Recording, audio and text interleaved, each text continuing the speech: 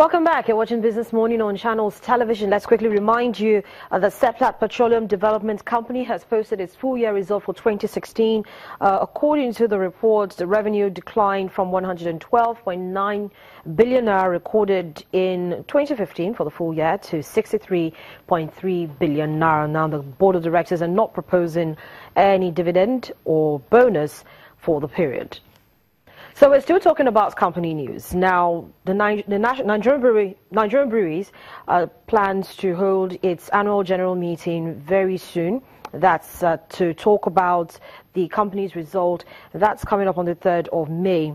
Now, the directors have recommended for shareholders approval the final dividend of 2.58 naira per share. But then they're also proposing for shareholders approval a scheme that would give interested shareholders the option to elect to receive new ordinary shares instead of final dividend in cash. So we're hoping to talk to Rotimi Fakaijo in just a bit to get his perspectives on this and how the markets will welcome this news. Of course, at this time, the markets is already setting continuous trade. But with regards to this piece of information, we'll be trying to get his thoughts on what this scrip, that's what it's called, the scrip dividend election scheme, is really all about and what are its benefits. How will the investors be welcoming this piece of information and the rest of it. So let's talk to Rotimi Fakaijo. We'll try to get to him as soon as we can. But let's review some of the stories that we're tracking at this time. Of course, we talked about a Bloomberg report on Wednesday that said that S&P Dow indices may remove Nigeria's stock market from the S&P Frontier Index series. And talking to Bosin Omofaye, Channel's business editor, some minutes ago, it's as a result of the scarcity and rationing of FX. What we're also still hoping to get reactions from this on this latest development from the Nigerian Stock Exchange Management.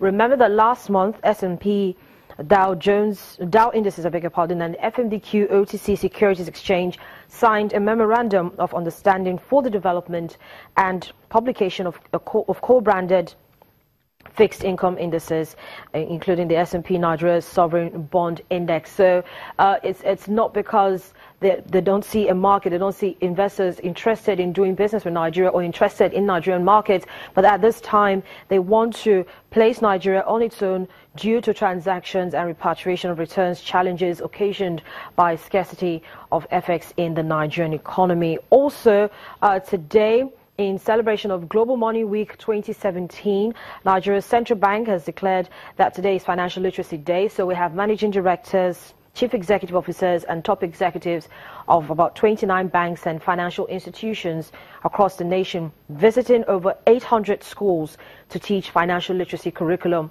provided by Junior Achievement Nigeria. And listening to the Managing Director, Chief Executive Officer of FITC, Dr. Lucy Newman, a few moments ago, she talked about a low level of financial literacy. And well, the biggest challenge right now is trying to understand that it's not all about products, but trying to teach people what really the financial market is all about. So unfortunately, we can't get through to Rotimi Fakaijo, who is a trader at the Nigerian equities market and CEO of Enterprise Stockbrokers, to get his thoughts on how the market will react to this latest explanation from Nigerian Breweries with regards to the option of getting new ordinary shares instead of final dividend in cash. They proposed to put this to shareholders at its annual general meeting, which is scheduled for the 3rd of May this year.